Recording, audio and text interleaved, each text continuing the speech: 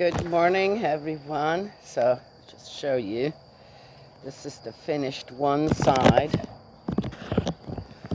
Look at that little fence with that braided rope.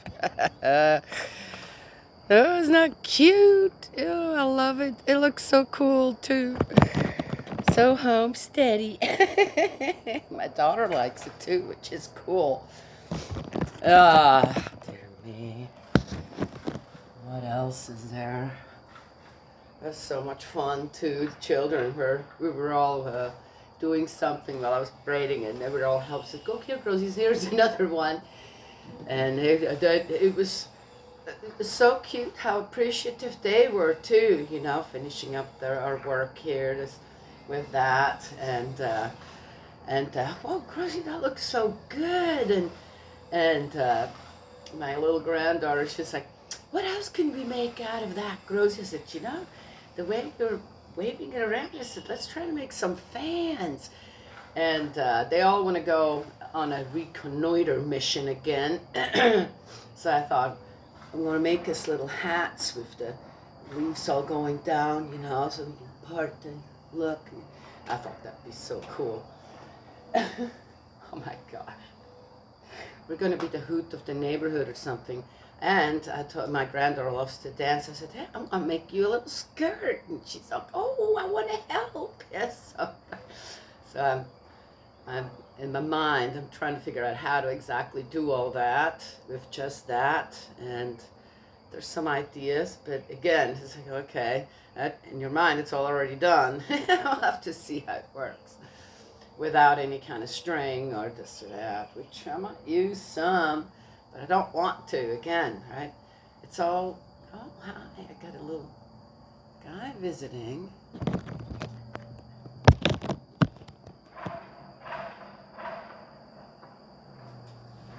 Oh, there he goes. Hi, you. And Robin. Oh, it's a Robin. That wasn't anything to eat, huh? You just came to say good morning? How sweet is that?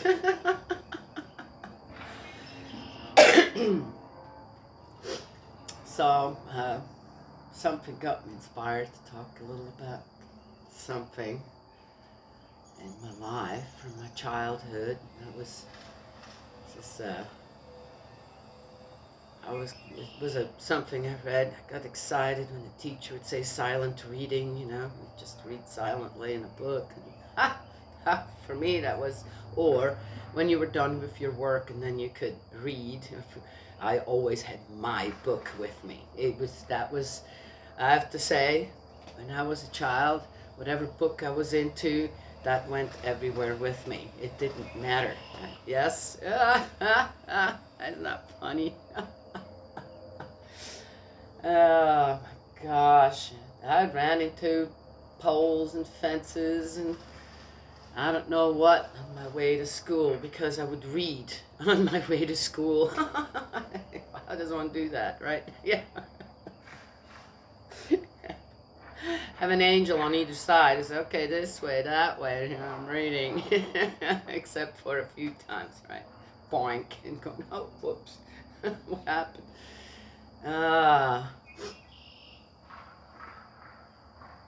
Oftentimes I didn't have time to do that on my way to school because I ran most of the way to make it on time. Oh my gosh. I was one of those. Rarely did I show up early to school or anything like that because I read late into the night, 2 o'clock, 3 o'clock in the morning, even when I was very little, okay. And so of course, you know, my mom would have to go to work early in the morning, so she'd come in, wake us up, and everybody was moving. Then before she left, she said, "You better get up now." And one more minute. And then the time would come around where I had, 15 minutes to get out of bed, get dressed, clean up, eat something. We didn't have breakfast at school. And grab all my stuff And literally, for about a 15-20 minute walk, had to make it in what, 7 minutes, 8 minutes. Yes, there was many times where, darn it, the bell already rang. I had to sneak in. The teachers, it got to the point where they're going, oh, here she comes again, 1 minute late, 2 minutes late. It's not like they already started or anything. But I definitely wasn't sitting there with everybody. Oh, dear me, those times. One could say I was so busy around my books. But I loved my world. That was like my own world, books. And I read a lot of them. Oh, were they all educational books? No. It just depended on what I was into. And then I just read everything. If I found an author that I really liked, yes, I read every book they had.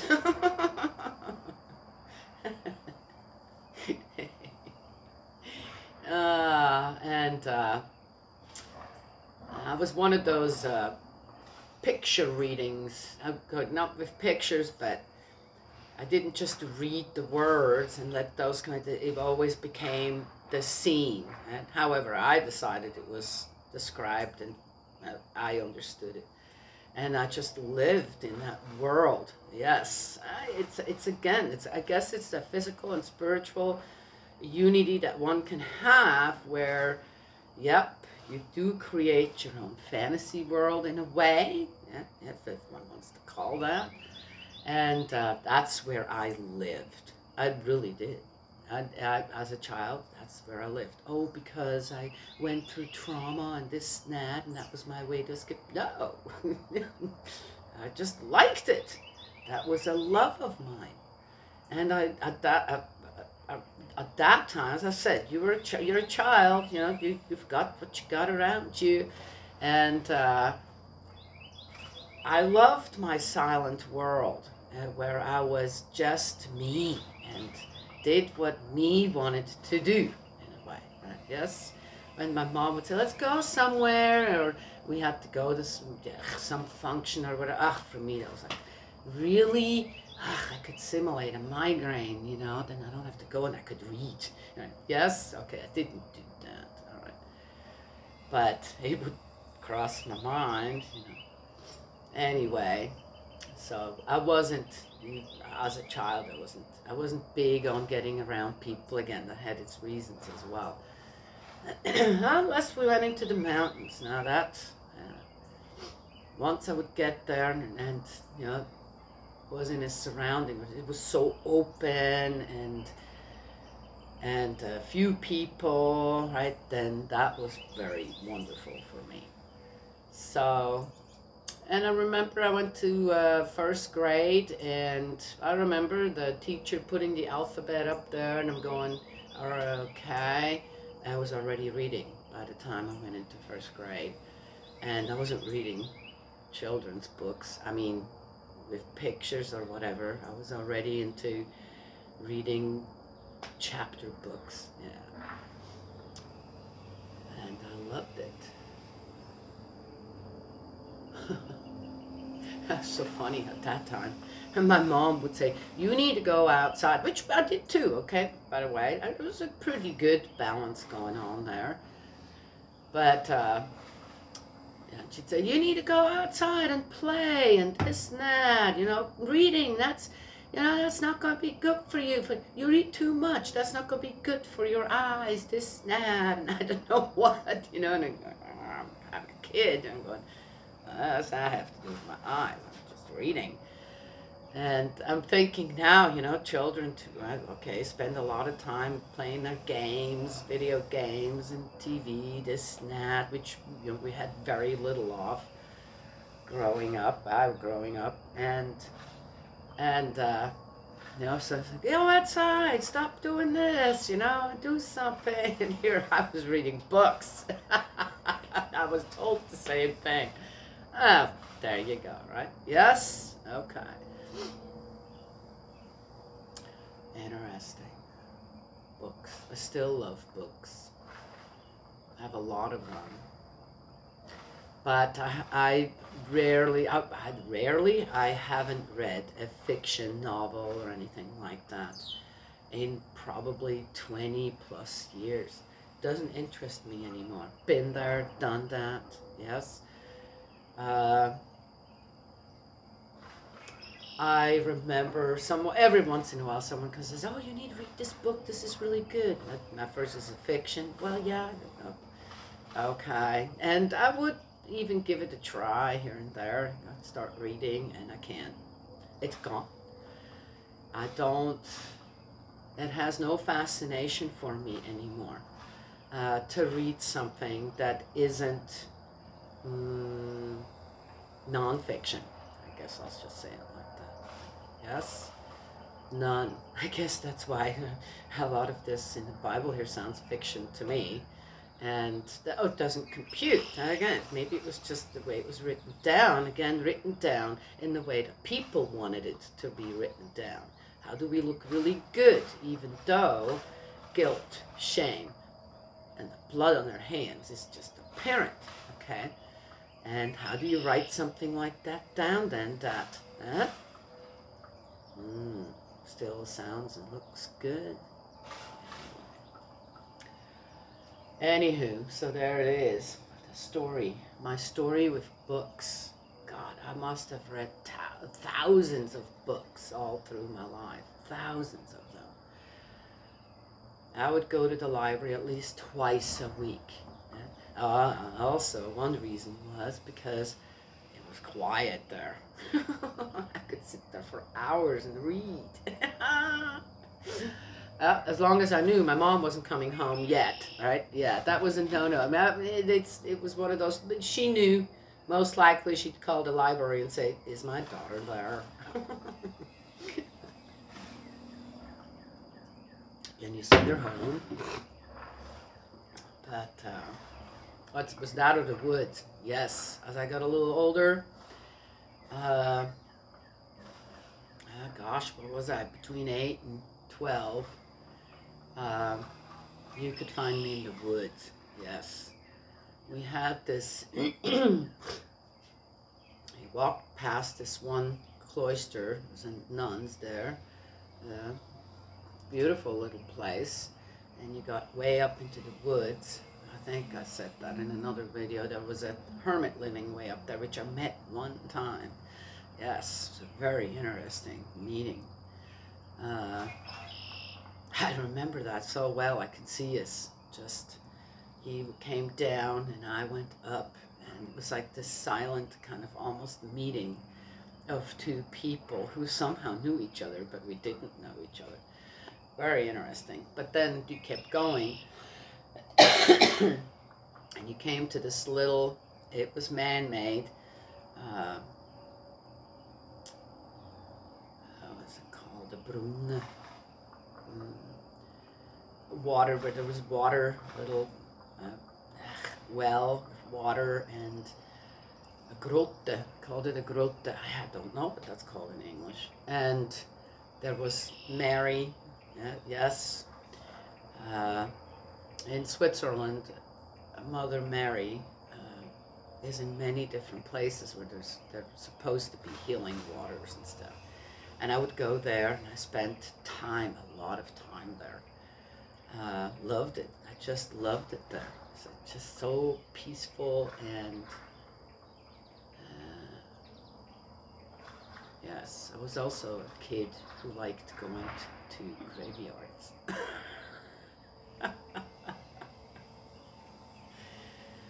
Graveyards, to this day, they're different for me than funerals. Graveyards are interesting places to go. Yes. Have I come across spirits there? Yes. Yes.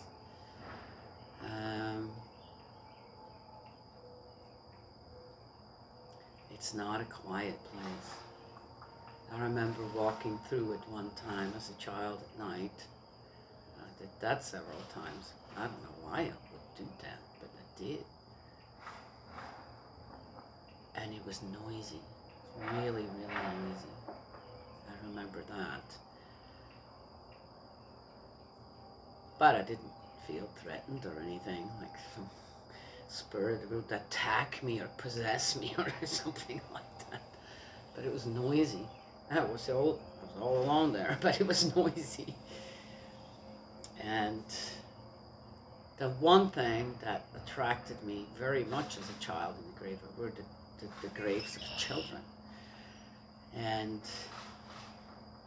it was interesting. I remember standing in front of the section where they had children, and it was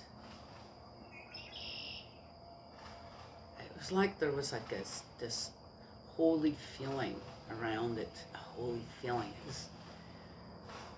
You could almost just lay down right in the middle of it and go to sleep and have the most amazing sleep. That's kind of what it felt like, yes, as I remember back now. Now as an adult going to graveyards,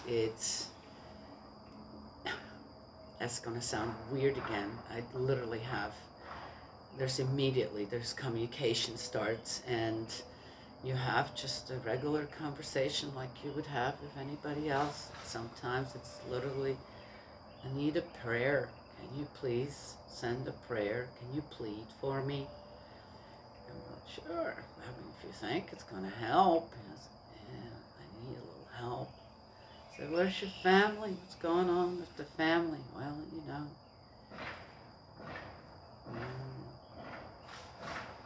I think we're so wrapped up, right? Yes, in a book, that in our own life story book, that when our loved ones are gone or people pass away, whatever, we kind of cut that cord of connection, and not realizing that, hey, I'm still here. Yes.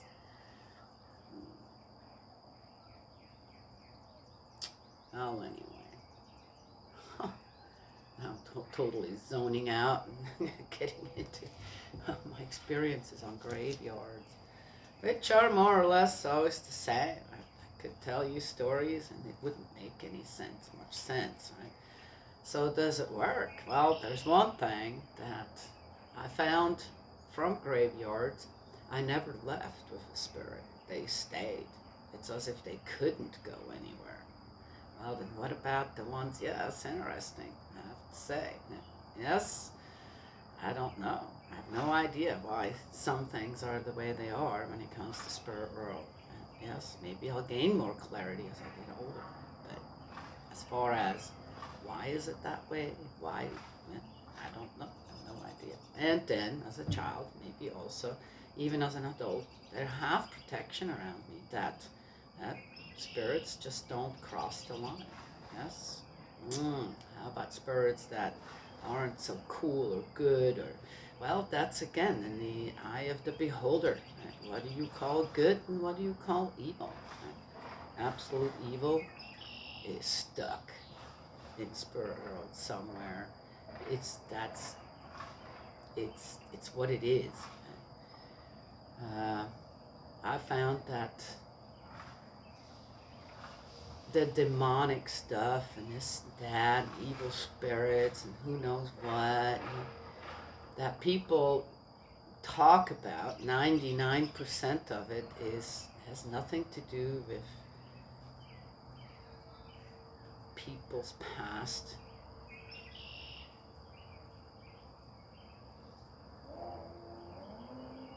People who have passed. Yes. It's what we continue to do. Yeah. Which may have some connection into spirit world. But it's just like you inherit physical traits from your parents and your ancestors. And you inherit what? Spiritual traits. Well,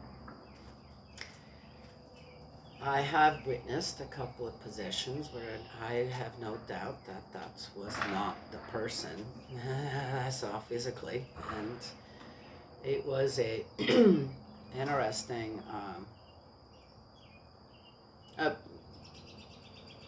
with both people, and that's all. I didn't come across anyone else.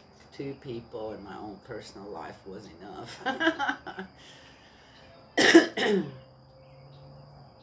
And I feel like, again, even though the threat was there and is there still, I don't know if either one has it figured out by now.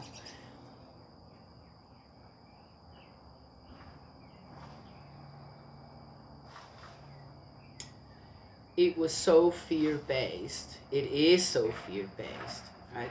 That the confrontation that one has with a person that suddenly that is not in the right mind anymore, in their mind anymore, that something else really did take over, possession.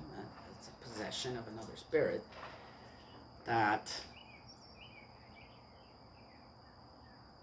it comes out in a threat. It always comes out in a threat, as if the spirit that is doing that is afraid that it will be expelled. So again, I have to say, okay, that's all screams for help, right there. Yes.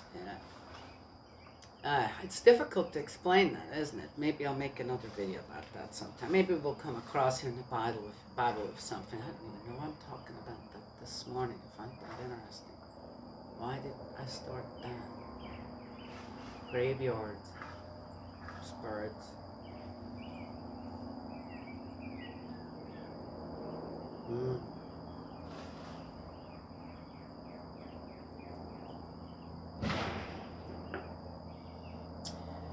Maybe because in the Judges, so much of it is, again, the fear of God will keep you, right, on your proper path with God. Yes, I can't see that being God's point of view, God's view on that, what kind of relationship He wants with us. Wanted at the time with the Israelites as well. Yes, okay, maybe that's why I needed to mention it. Okay. Let's get going here. Clear off left and right. Prayers to my friend Nancy in Korea. She is doing right now, most likely right now, because that's why she came to my mind at this moment, is giving a speech on special education, of course, centered on what? Whom? God. Yes. And she's giving a little speech. She's one of 3 speakers. Yes. And I couldn't get on the Zoom meeting. It wouldn't load here. I don't know why. She'll send it to me later. So she asks, can you send some prayers? So here's our prayers, Nancy, to you. I hope that God can guide you and give the most beautiful rendition of proper education for our children, for the teachers, for the principals, for our school education system, for any kind of education out there. Guide people towards what? Peaceful and harmonious life. Yes, with good, productive people, having fun doing what they're doing on earth. Yes, which is being creative. Yes. Live, not just survive. Yes. Nancy, I'm sending you angels to hold you up. I have no doubt that she will do a fabulous job. Ooh, and I can't wait to watch it myself. Okay, done. Adieu. Monte. Okay. Judges 8. The Ephraimites take offense. Now the men of Ephraim said to Gideon, what do you mean by treating us like this, not summoning us when you went to fight Midian? And they reproached him bitterly. He replied, what have I achieved compared with you? Is not the gleaning of Ephraim's grapes better than the vintage of Abiezer? God delivered Oreb and Zeb, the chieftains of Midian, into your power. What was I able to do in comparison with what you have done? At these words, their anger with him died down. So what? Here's Gideon. Okay. So he has got some victory, this, that. One, who wants to be a part of it? Did they make Gideon a part of their victories? How is it people just don't just rejoice? Okay, in this case, would I rejoice? Yeah, okay. But again, jealousy. Oh, we didn't get none of them girls. We didn't get none of them spoils, right? Because he didn't invite us. He invited other people, but not us. Right? Yes. They have said yes at the time. I don't know. But here they are. Hey,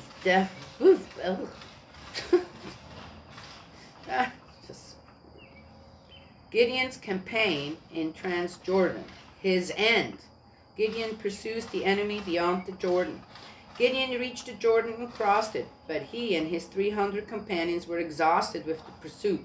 So he said to the men of Sukkot, "Please give my followers some loaves of bread, since they are exhausted, and I am pursuing Seba and Salumna, the kings of Midian."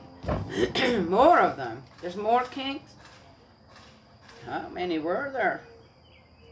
The headman of Sukkot replied, "Are the hands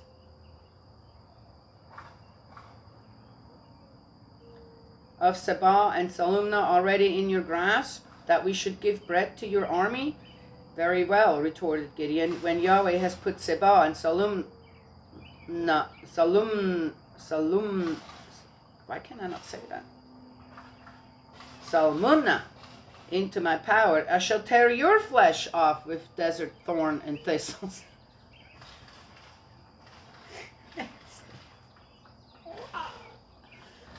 From there he went up to Penuel and asked the men of Penuel the same thing. They replied as those of Sukkot had done, and to those of Penuel he made a similar retort. "When I return victorious, I shall destroy this tower." He asked. Someone said no. "Okay, I'm going to come for you next."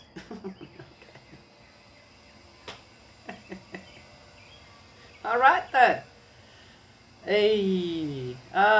Human behavior and human nature in a way. Dear me.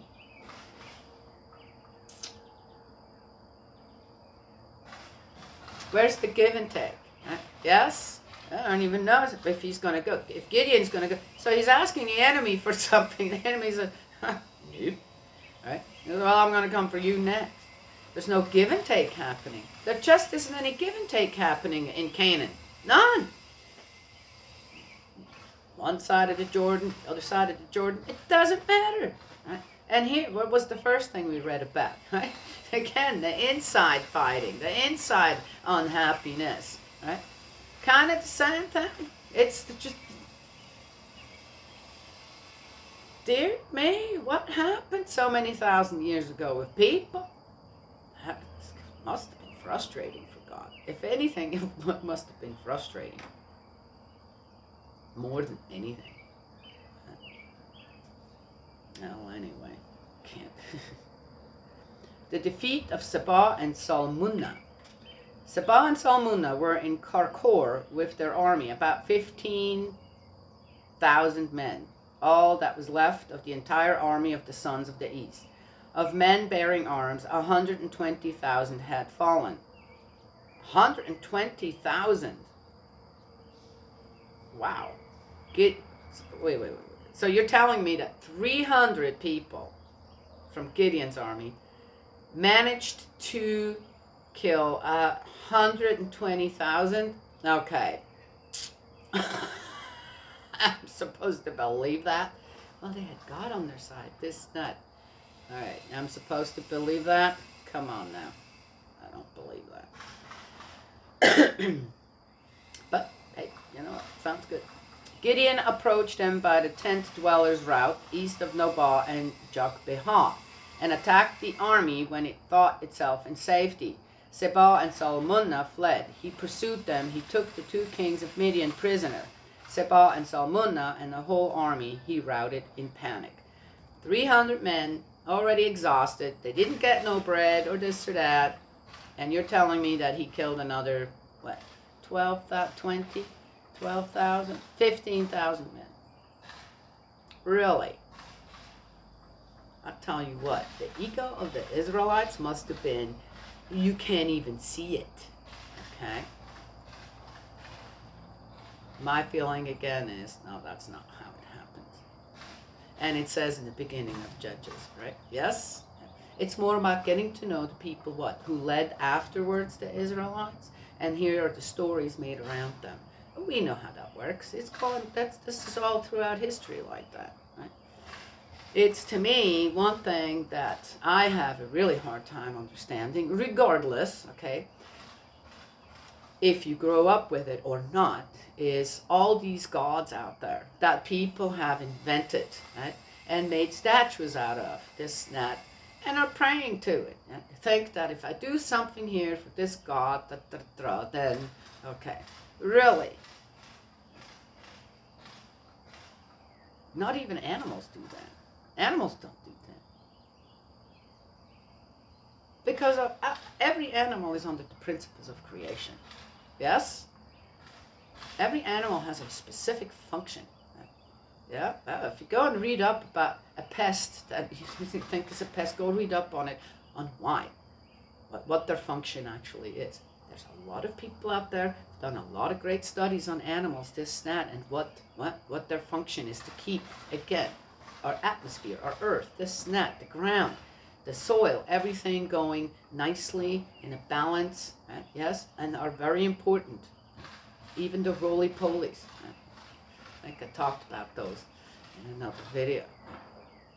The amazing function that they have. Ants, the amazing function that they have. Mushrooms are like the nerve system underground.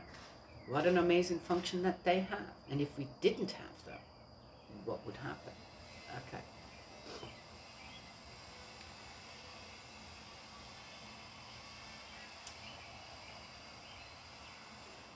So when you look at the animal world and the plant world and on how it works there,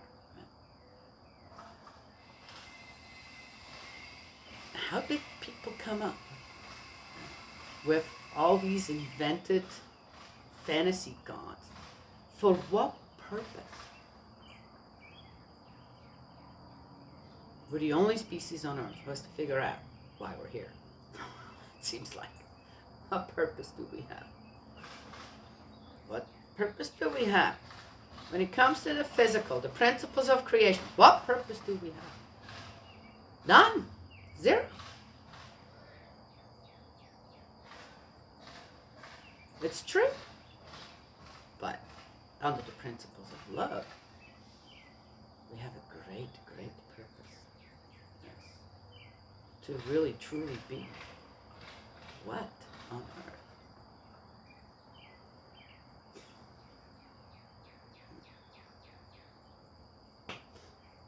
How did I get into that now? I have no idea.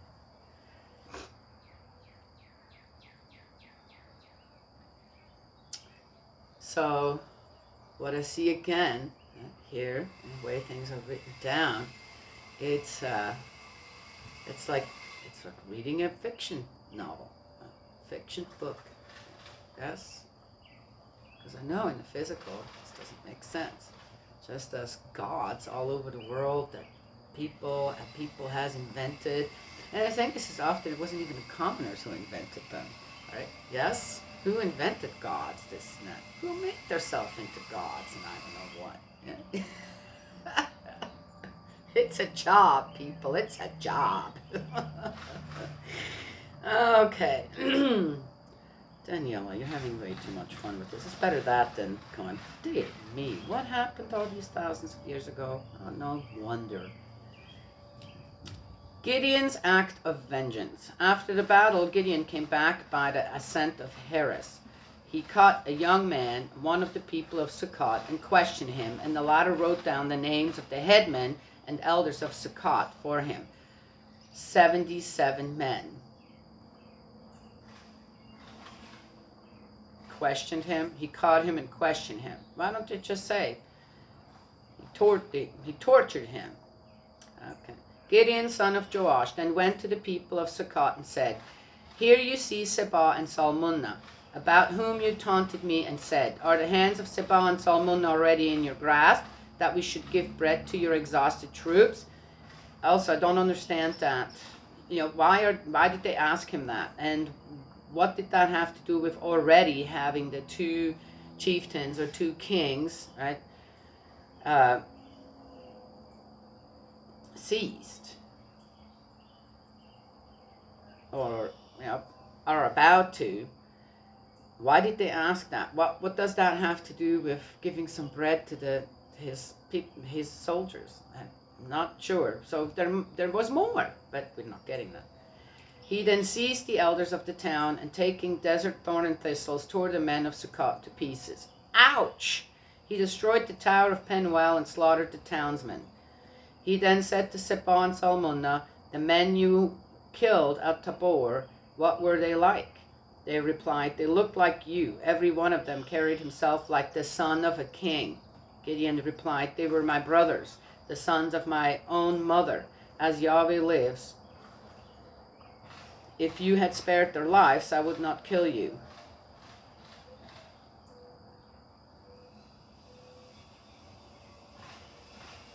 Well, who attacked whom first?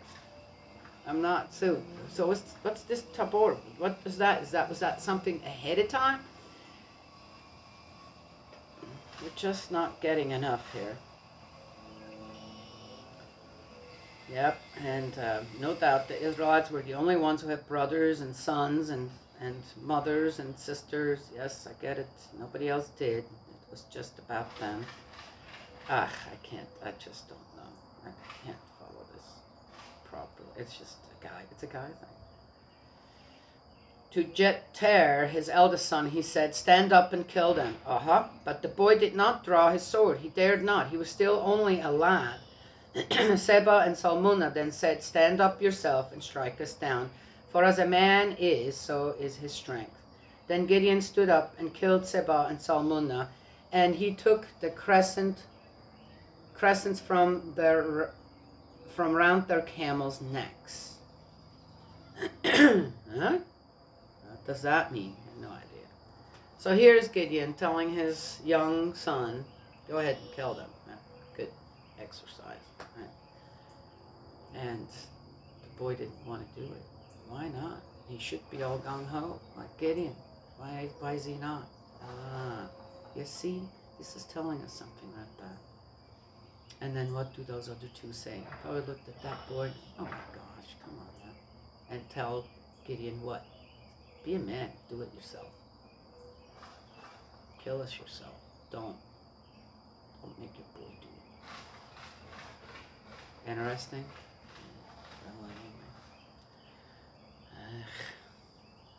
Latter days of Gideon. The men of Israel said to Gideon, Rule over us, you, your son, and your grandson, since you have rescued us from the power of Midian. Oh, the whole of Israel now suddenly is bowing down to Gideon?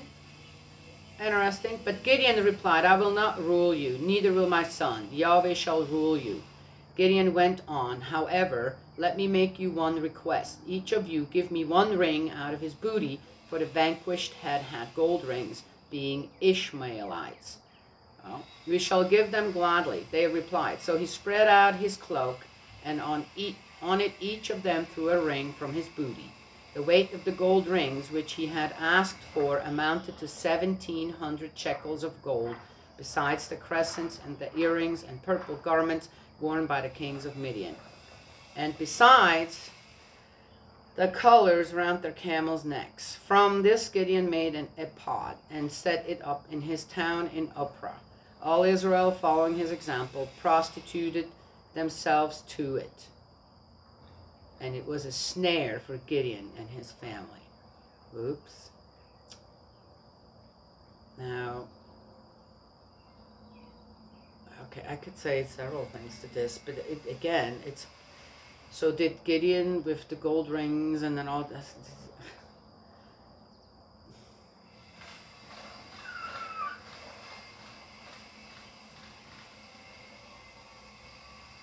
make an altar, but it wasn't for God. So he just said, I'm not going to rule you, God will rule you. But the thing is God had always seemed to have put someone in place, right, to guide the Israelites, right? And where again are the Levites? What happened to them? You see, they weren't supposed to inherit anything. They were supposed to be absorbed by all the other tribes, right, in various ways. Right? And take care of what?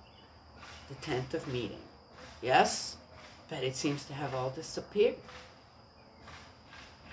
That is not mentioned anymore, right?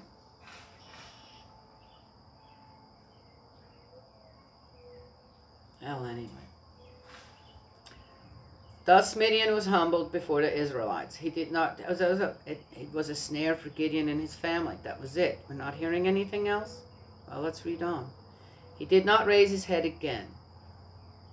And the country had peace for 40 years, as long as Gideon lived. So Jerubbaal, son of Joash, went to live at home. Gideon had 70 sons begotten by him. 70? Holy cannoli, for he had many wives.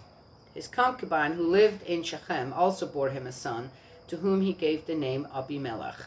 Gideon, son of Joash, died after a happy old age, and was buried in the tomb of Joash, his father, at Ophrah of Abiezer.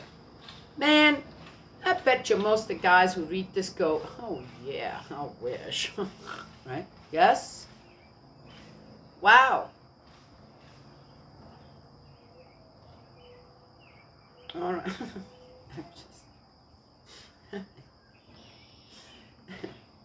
I mean, because, well, you know, it was people have tried to say, I'm not getting this. How did this come from Adam and Eve, right? The story in Genesis about Adam, how Adam and Eve were created, to this massive increase in wives and concubines, and I don't know, for one man. If God wanted that, would he not have, what, created a few Eves? Here, go to town, populate the earth, Adam, right? But he didn't. I wonder what people think about that. People kind of still know or realize why you should only have one wife or one husband for life. Yes, we have that in the principles of creation as well with many animals, including rabbits who have very, very, very many babies. If they're in the wild, they mate for life. Ducks mate for life as well. Well, anyway, there it is. Israel relapses into idolatry. Well, it seems like they never get out of it. After Gideon's death, the people of Israel again began to prostitute themselves to the Baals, taking Baal Berith for their god. The Israelites no longer remembered Yahweh their God, who had rescued them from all the enemies around them. And to the family of Jerubbaal, Gideon, they showed no faithful gratitude for all the good which it had done for Israel.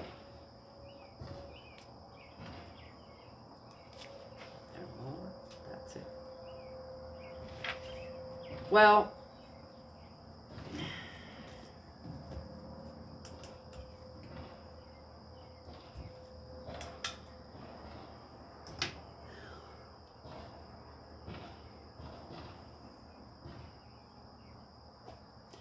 all this probably started happening right there with Gideon and his family, right? With the gold rings and all that, seems like.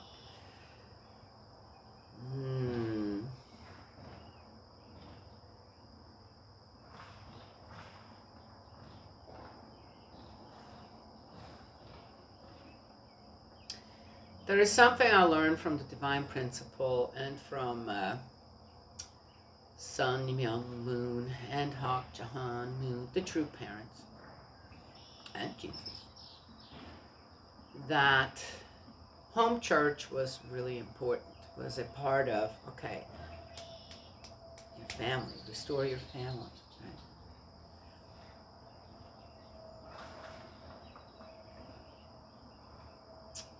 And I think that right from the beginning, the get-go, when the species of man was made, was created, home, family, commitment of the spouses was expected, should have been a given. And more, yes, God's in a certain place. People started to build churches. Interesting, right? Yes. The tent of meeting is a church too, in a way, right? Yes. But God taught the Israelites to have certain festivities around the tent of meeting. So that was more to keep the connection going, right, between all the tribes.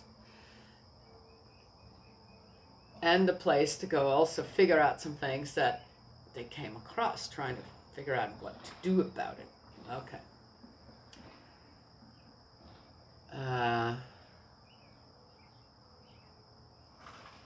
The Levites were supposed to be the guidance in all the tribes, the clans. Right? Yes? Where?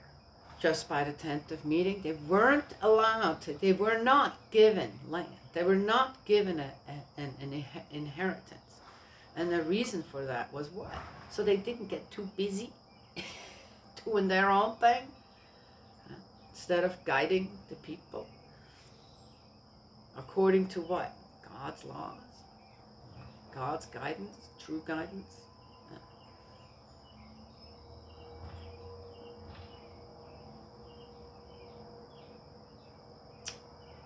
So then, now we have churches, synagogues,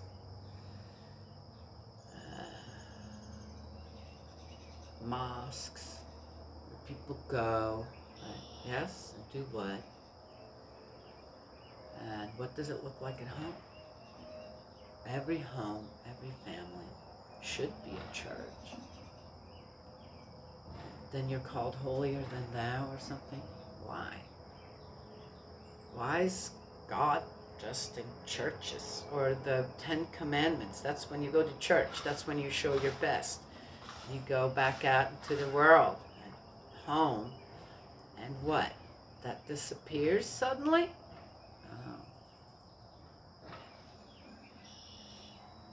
I think that with the Israelites, the beginning was good.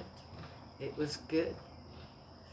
And slowly, they separated church and state. And it became just a surface thing.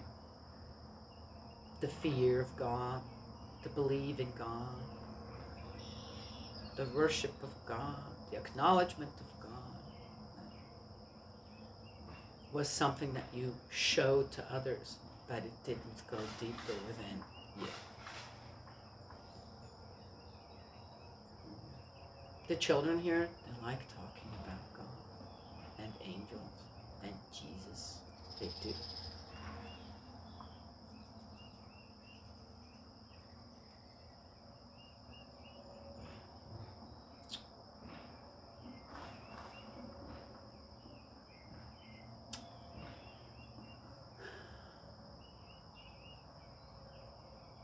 Home church, yes. This is home church, right? Yes, in many ways, it is. Being creative, with the children here, yes.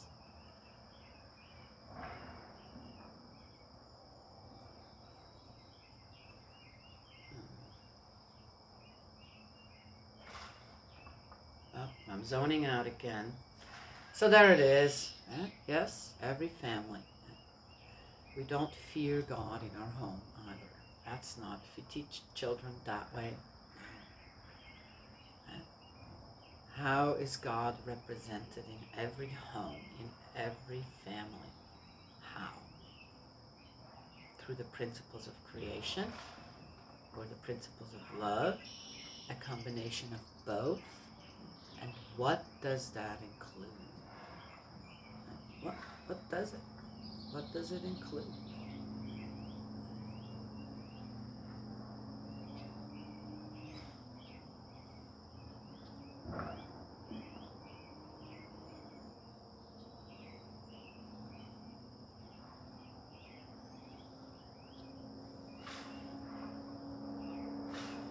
Oh, I could talk more about this.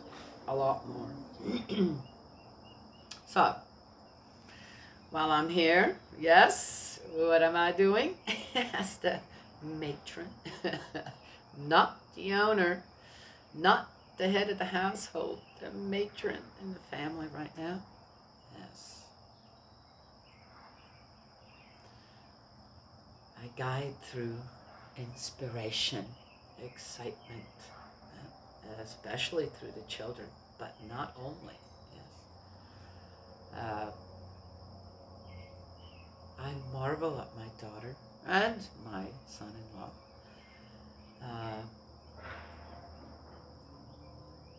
On how they approach their family life and how well it works, really.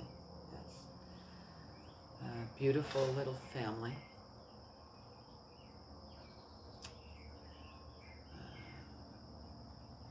And I really love being here. Yes, I do. Yes. And in their own little subtle ways, they take care of me. I love it. I really do. It's the little things. Right? Yes. That one also should notice. Yes. Okay. All right. So there it is. That's what I have to share this morning. My nose in a funk.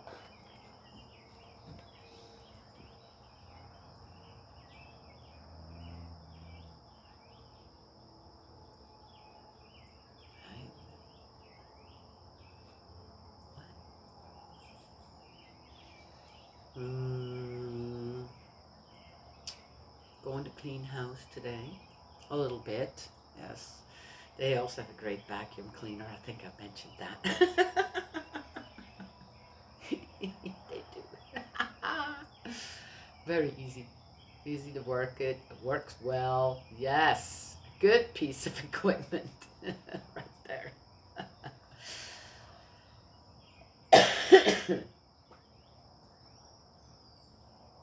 I'm gonna organize the our creative station down here. Yes, oh dear me, it's every day.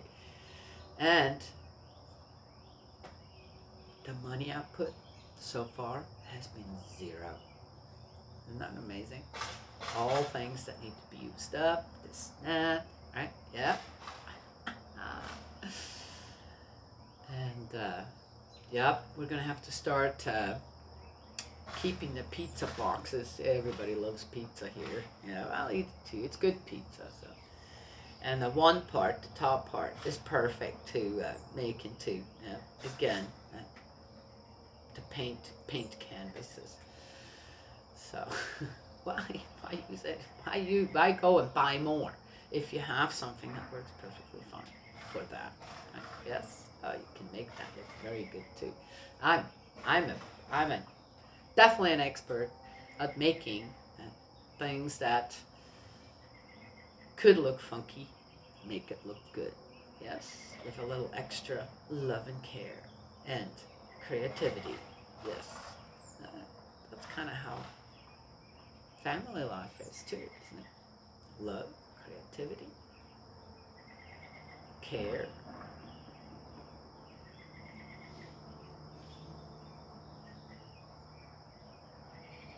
Yes, it's work, but it's wonderful work. The end result is amazing, always. So why not put your best into it? Yes? All right, that's all I have to say today. It's like, we got something else to say? I don't know. I have no idea. I'm listening.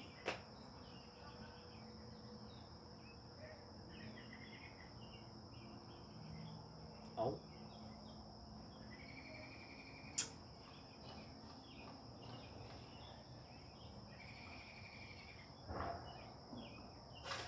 All right.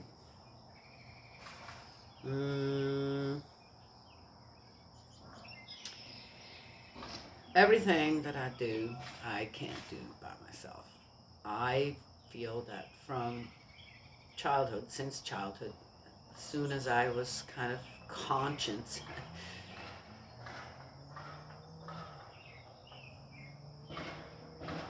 of reality, life. I'm a human being. I've never worked alone. I don't know what that is. And I think because of that,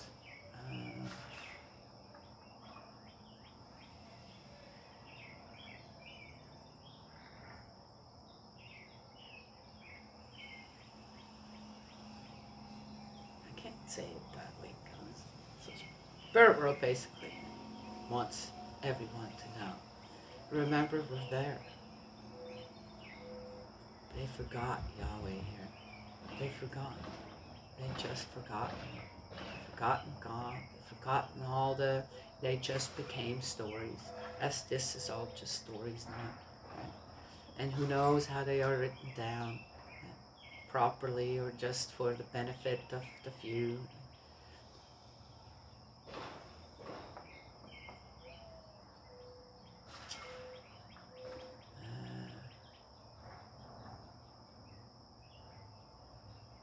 On how Spirit World really wants to be a part of everyone's life. Yes? Yeah, it is Spirit World. Right? Some people, due to fears or anxieties or just certain other things, right, live in one little room or an apartment and never leave it. And just stay there. And are missing out. Again, because of what?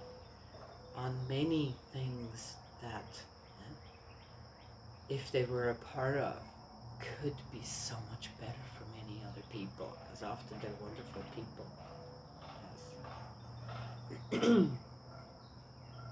Yes. When you lock yourself away, doing drugs and alcohol, overuse of alcohol, and I don't know what. And that suddenly becomes your world, your whole world, right? Yes. Then again, you're depriving people out there of yourself. Yeah. Most people that I know that have addictions that are destructive like that are amazing people. They just are.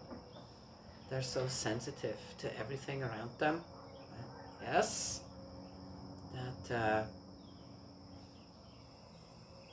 That's one way to escape. Did I escape into my books when I was a child? I had a huge world.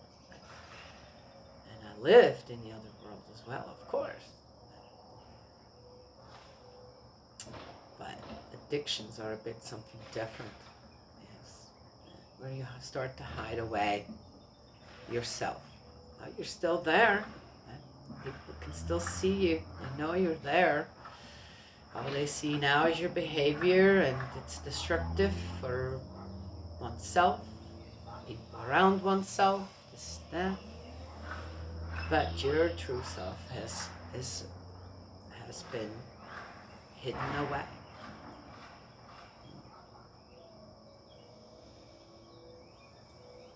What I see often with people like that is that they would be such a wonderful.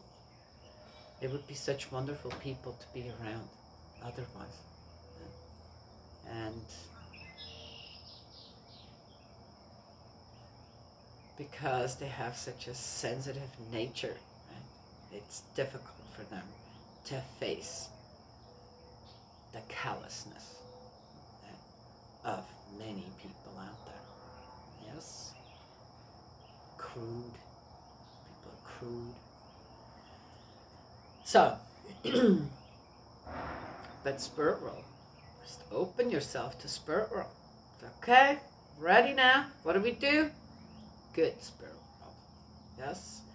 And don't believe so easily that the side of Spirit World where people are restoring some really nasty things they've done, or their ancestors, or the whole lineage, or the whole tribe, the clan, whatever, okay? Never could get out of it.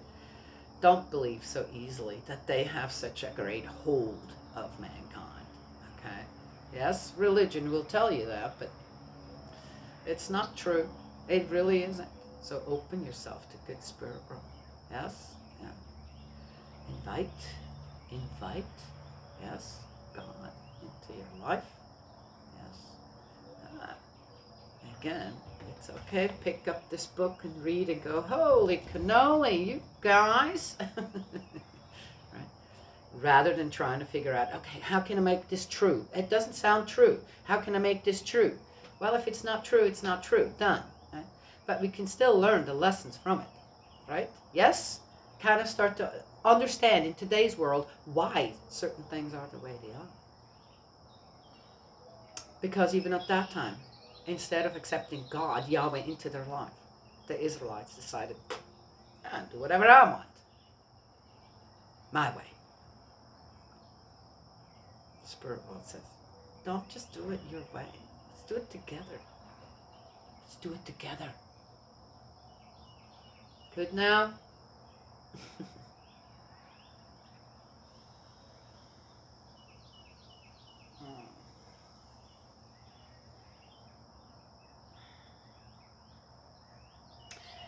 All I can say from my own life, yes, is that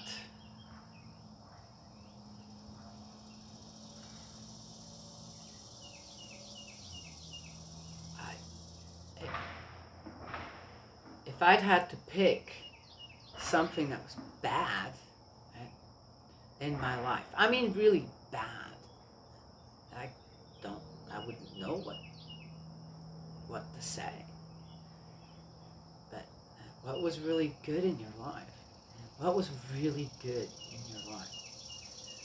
And I have to say, it's the working together with God, Spirit world, Jesus, Mother Mary, my ancestors,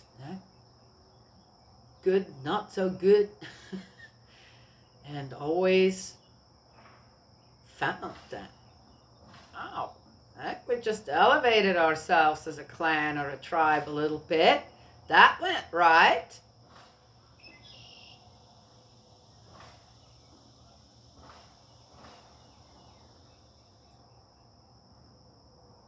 That doesn't mean the accusations aren't still there. And people have something to say to you.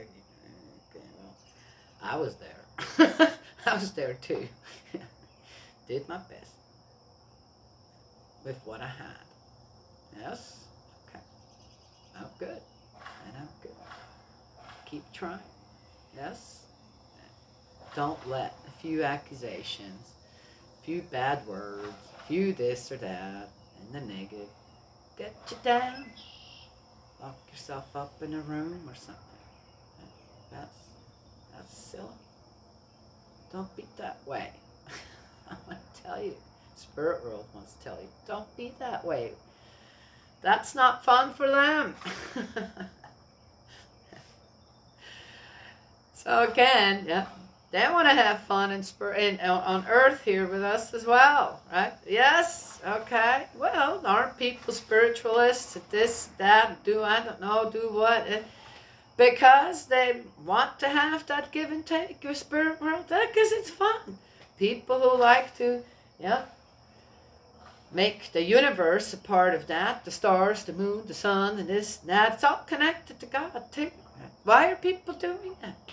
Why are people looking for healing in crystals, this and that? It's all connected to God. Why? Because it's a really amazing thing to do. And to be a part of. Why do people go out into nature? Climb mountains, this and that. Why do they do that? Just for the adventure, some. But even them, if you were to really ask, why are you really doing this? They would have to admit doing it because I'm finding this wonderful, great excitement within myself. Not out there, within myself. Well, where does that come from? Yes? Spirit world, as we want to be a part in a way, know about spirit world, this, that, and we're, oh, okay. Spirit world feels the same way. They want to be a part of everything here. Well, where's God?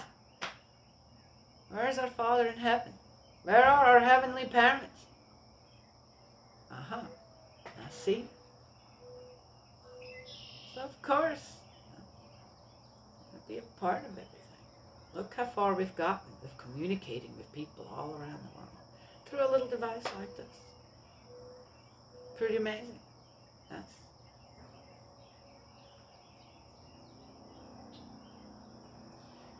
So at the time, the Israelites here, Judges, God's trying to reconnect with the Israelites somehow. Right? Yes. Restore that relationship that we read about in Genesis with Adam and Eve.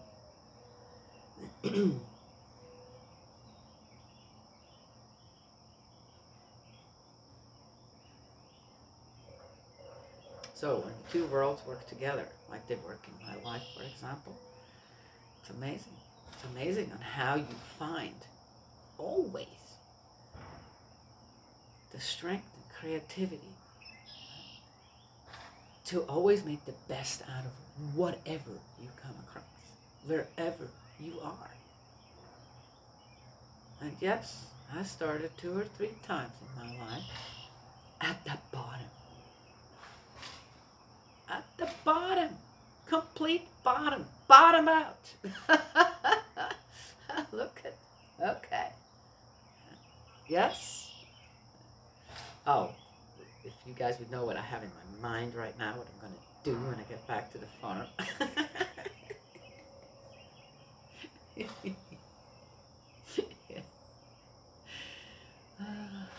Hey, I built a little fence here with my grandson.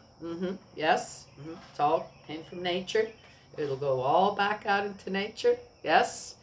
We didn't take anything that wasn't already kind of in its blooming out stage. There's plenty of it that then I can use as the master.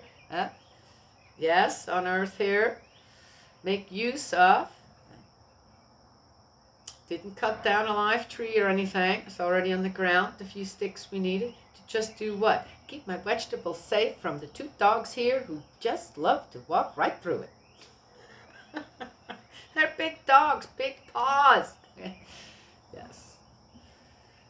I love that. No garbage. None. 0. I love that.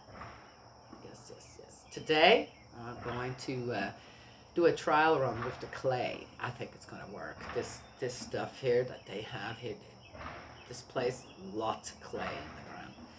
I think it's going to work really well. Now I'm already thinking on how I can build a little kiln. Yes, I got to have at least 800 degrees to burn fire clay. How am I going to do that? Maybe I won't. Maybe I'll use the oven upstairs. My daughter will have a cow if I do that.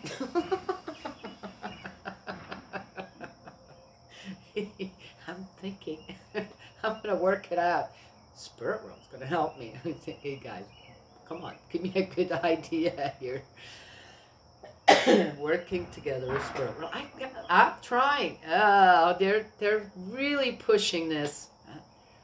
Just work together with Spirit World. Work together with your ancestor. Work together with the loved ones you lost many years ago, a few years ago, just now. Yes. You can get lost in grief as well. And then forget. What? All right, we're learning good lessons here, obviously. So that's all I have to say. It's been over an hour. I'm here alone. I could talk for 2 hours. I actually got up this morning. I thought I could talk for as long as I want to. There's nobody. Of course, I could get up early enough, right? I've been sleeping so well. Yeah, sometimes that's a luxury for me. I sleep so well. I'm taking that as a gift too from Spirit World, right? Yes. Then why would I force myself to get out of bed at 4 o'clock in the morning? I do that often enough. Also because I want to, not because I have to. But then if I get this, yes, connect, of course you can. Yes. Yes, see? You know, there is a saying. We're going to end with that. Spirit world's already laughing. Daniela, what are you doing now? There's a saying that I grew up with. And they have a saying like this here as well. What you can do today, don't procrastinate to tomorrow. Right? That's what I grew up with. You know? Of course, that makes sense, right? It gives you, okay, a little more, little drive, you know, what you can do today, you know, and I found doing that oftentimes I missed certain other things that would have been more important to do then, okay? Yes? All right. It's not always like that, but you need to know when you can apply this properly, okay? For example, with certain things that, like washing dishes. I don't like washing dishes in the evening. After I'm done eating in the evening, I had my dinner, this and that. I do the same thing at home. Here, I started in the evening. It's okay, my daughter cooked, so I'm going to clean up the kitchen, you know, this and that. And it was like, I was like, I don't feel like doing this right now, though. So I stopped. And I'm doing it in the morning, every time in the morning. I do everything in the morning. And I love doing it in the morning. While the children are eating breakfast, this and that, I get everything else done. It's wonderful. I'm right there. They have a great, it's like it's a counter, and they have these, it's a high counter, a marble top, you know, that's in the middle of the kitchen, whereas then the stove and everything else is over here, and the fridge and whatever, and there's this island. Okay. And it's kind of high, so it has this kind of bar stool height chairs, and the children all would line up there, and they eat, and here I'm loading the dishwasher, this and that, we're talking, and they're talking, and it's, I love it. So it tells me right then and there, yeah, this is a great way to do this. And the children are watching me when I'm doing it as well. Of course, they help too, but they're eating breakfast. All right, you get my drift. In the evening, it's like when everybody has eaten dinner, this and that, I just put everything in the sink. Leave the pots on there, put the food away, and then I just do it in the morning. I love doing it that way. I do that at home. I have no problems walking away from dirty dishes for a night and not do it right then and there. Yes, certain other things too. I look at it and go, it doesn't matter if I do that right now or later. It's not going to walk. It's not going to go anywhere. It'll be right there when I come back. Now that does not include things that are gross and nasty, and when that happens. For example, Coda pees down here, and I didn't. Okay, she has a little incontinent thing going on, I think. She gets let out plenty, more than any other dog that I know. Still, I have a bucket and a mop ready, and that gets cleaned up every time, right away. There's no way I'm gonna say, oh, I can take that. I'd take that. No. Okay, so certain things. No, you do that right away, regardless. No. But then there are other things. I now change that little saying around, going,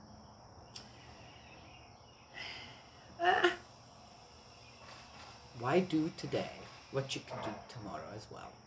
If your heart to mind isn't in the right place, or has more important things to do, things that are more in line with the time, this or that, okay? Then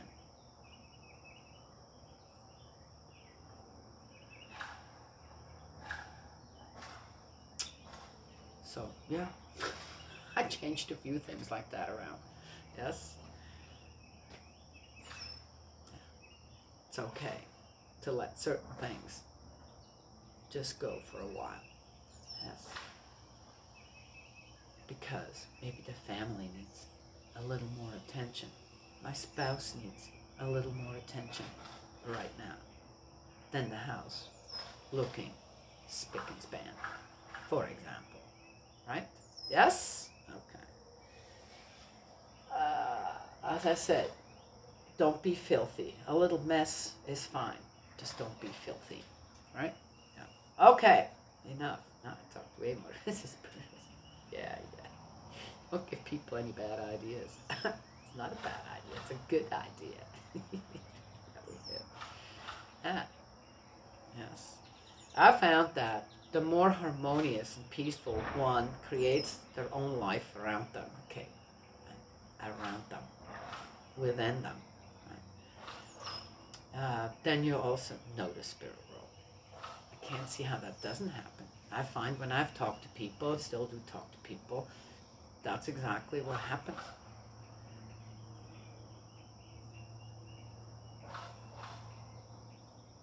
Take that little extra time to search, right? Yes, and make room for spirit world. Yes. Okay. Well, anyway, all right. Rather than suppress it, with what? Oh. Anyway, okay. It's not for everyone that way. There are always the exceptions. We have to say, whoa, what happened in that life, right? Yes. And why is it going this way? I don't know. I'm not a psychiatrist. I'm not a doctor. I'm not anything, really. Just a human being living on Earth at the moment. Yes? Yeah. The spirit world, a very interesting human being. No doubt. Yes. Oh. Just shut back. Yeah, and everyone else around you, too. Okay. All right. God's love and blessings always. I need to stop talking. May He protect you. I hope everything went well for my friend Nancy. I had her on my mind all this time. Spirit.